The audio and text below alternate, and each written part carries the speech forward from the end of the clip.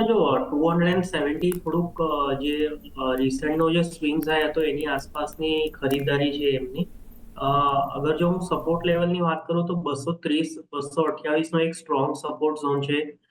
અને અત્યારે 238 ની આસપાસ ચાલી રહ્યું છે, તો મને લાગે છે કે એમને હું હોલ્ડ કરવાની સલાહ આપીશ, પણ એક સ્ટ્રિક્ટ સ્ટોપ લોસ પણ રાખવાની સલાહ આપીશ, કારણ કે 228 અગર જો તૂટે છે તો ફર્ધર એક 20 રૂપિયાનો ફોલ આવી શકે. એટલે 228 230 228 ના સ્ટોપ લોસ સાથે હોલ્ડ કરો.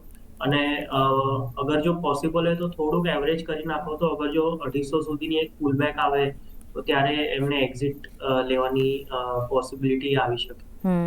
પણ આ 250 રૂપિયાનું પુલબેક તમને લાગે છે કે મંથ એન્ડ સુધીમાં આવશે જતે? યસ, એનું ઓકે. રીઝન એ છે.